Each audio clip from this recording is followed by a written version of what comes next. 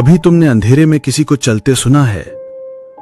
कभी बंद कमरे में किसी ने तुम्हारा नाम पुकारा? या फिर कोई ख्वाब जो हर रात एक ही मंजर दिखाता हो? ये वो लम्हात हैं जहां अक्ल खामोश और खौफ बोलने लगता है। यहां हर कहानी सिर्फ सुनने के लिए नहीं, महसूस करने के लिए है। खुशामदीद सिद्दीकी हॉरर स्टोरीज में, जहां साए जिंदा है और हकीकत ख्वाबों से भी ज्यादा खतरनाक।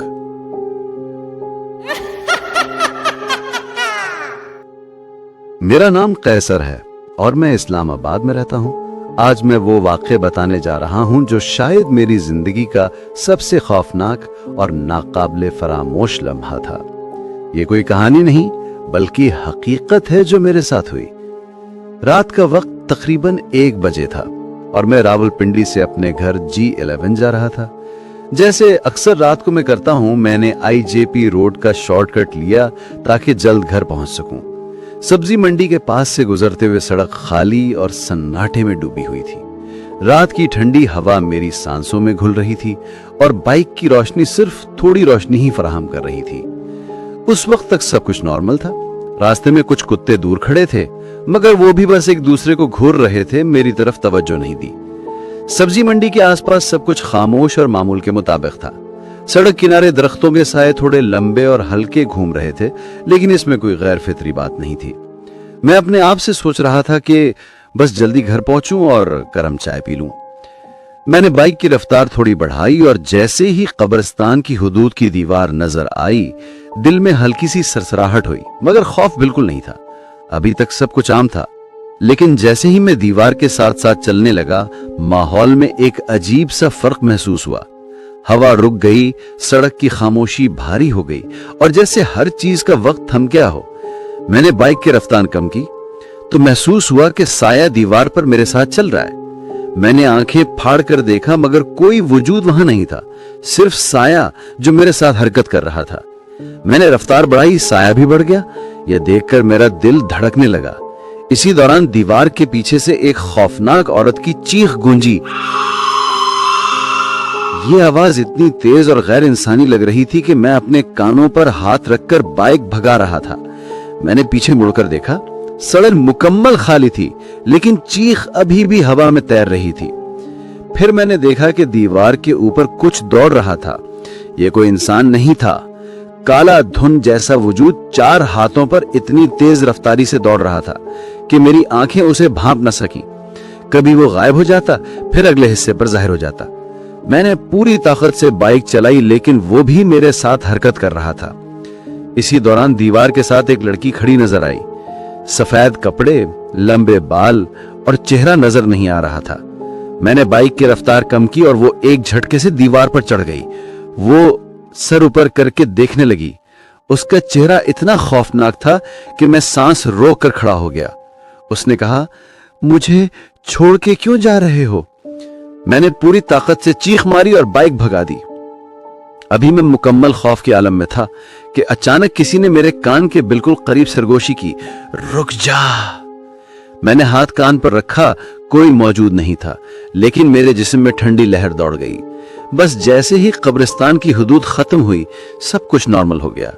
हवा चलने लगी, रोशनी मामूल पर आ गई, आवाजें आम हो गईं। मैंने सोचा कि मैं बच गया हूं, लेकिन फिर पीछे से वो भारी गैर इंसानी आवाज आई, तुम सैयदजादे हो तभी बच गए हो, वरना कभी कोई बच के नहीं गया।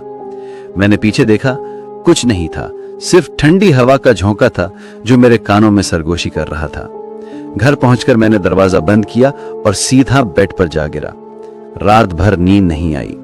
सुबह उठा तो पूरा जिस्म टूट रहा था, सर फट रहा था और तेज बुखार था। मेरी अम्मी ने पूछा, कैसर बेटा, रात तुम्हारी खिड़की पर कौन था? मैंने साया देखा था। साया?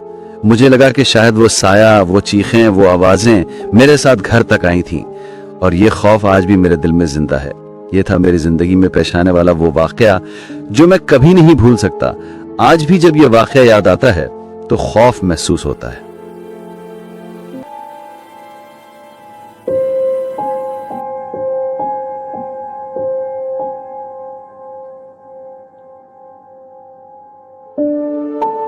یہ جو واقعہ میں سنا رہا ہوں یہ بالکل سچا واقعہ ہے۔ میرا نام عدنان ہے اور میں اسلام آباد میں رہتا ہوں۔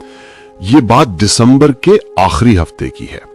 وہ رات سرد بھی تھی، بارشوں والی بھی، اور عجیب حد تک خاموش۔ رات کے تقریباً 12:30 بج رہے تھے۔ میں اپنے دوست کے گھر سے واپس گھر آنے کے لیے نکلا۔ جیسے ہی میں مین روڈ پر آیا، بارش نے اچانک ہی تیزی پکڑ لی۔ ہیڈ لائٹ میں بارش کی بوندیں یوں لگ رہی تھیں جیسے کسی نے سفید سوئیاں پھینک دی ہوں۔ اسلام آباد جیسا شہر بھی اس رات پوری طرح سنسان تھا۔ نہ کوئی گاڑی، نہ کوئی راہگیر، بس بارش، دھند اور ٹھنڈی ہوا۔ یہ خاموشی اتنی غیر معمولی تھی کہ میں خود کو بار بار پیچھے دیکھتا رہا۔ G10/4 کی طرف جانے والی سڑک پر مجھے ہیڈ لائٹ میں دور ایک عورت نظر آئی۔ وہ سڑک کے کنارے بیٹھی تھی، بارش میں پوری بھیگی ہوئی، سر جھکا ہوا، ہاتھ گود میں رکھے ہوئے۔ میں آہستہ گزرتے ہوئے اتنا ہی بولا، آپ ٹھیک ہیں؟ اس نے سر تک نہیں اٹھایا، بس پانی اس کے کپڑوں سے نیچے بہہ رہا تھا۔ یہ منظر خوفناک نہیں تھا، مگر عجیب ضرور تھا۔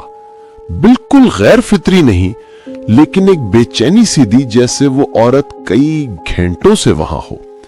میں آگے بڑھ گیا۔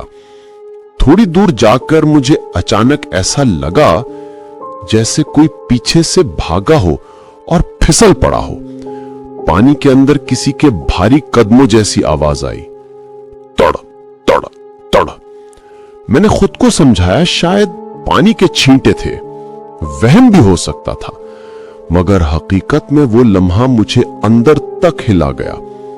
میں G11/4 کی اپنی گلی میں پہنچا تو بارش کچھ ہلکی ہو چکی تھی۔ میں نے بائک اندر پارک کی اور دروازہ بند کر کے جیسے ہی جیکٹ اتاری، دروازے کے باہر گیلی چپلوں کی آواز آئی، آہستہ، بھاری، صاف سنائی دیتی، ٹک ٹک ٹک۔ میں ٹھٹک گیا۔ اس وقت گلی میں کوئی نہیں نکلتا۔ میں نے فوراً دروازہ کھولا۔ باہر کوئی نہیں تھا، صرف بارش ٹپکنے کی آواز اور اندھیری گلی۔ میں نے گلی کے موڑ کی طرف دیکھا اور وہاں جو میں نے دیکھا اس نے میری ٹانگیں کانپ دی۔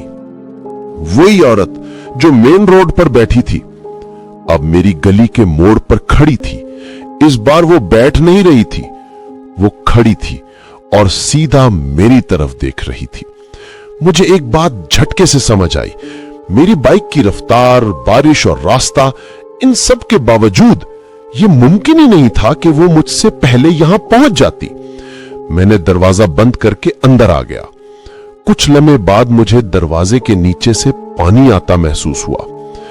میں جھکا تو دیکھا یہ بارش کا پانی نہیں تھا۔ اس پانی میں کسی کے گیلی چپلوں کے نشان تھے، بالکل تازہ، بالکل واضح، جیسے کوئی دروازے کے دوسری طرف کھڑا ہو اور اس کے پاؤں سے پانی ٹپک رہا ہو۔ میں نے کان لگا کے سنا۔ باہر سے ایک مدھم مگر صاف آواز آئی، دروازہ کھولو۔ اس واقعے کو بہت وقت گزر چکا ہے، میں آج تک نہیں سمجھ سکا کہ وہ کون تھی۔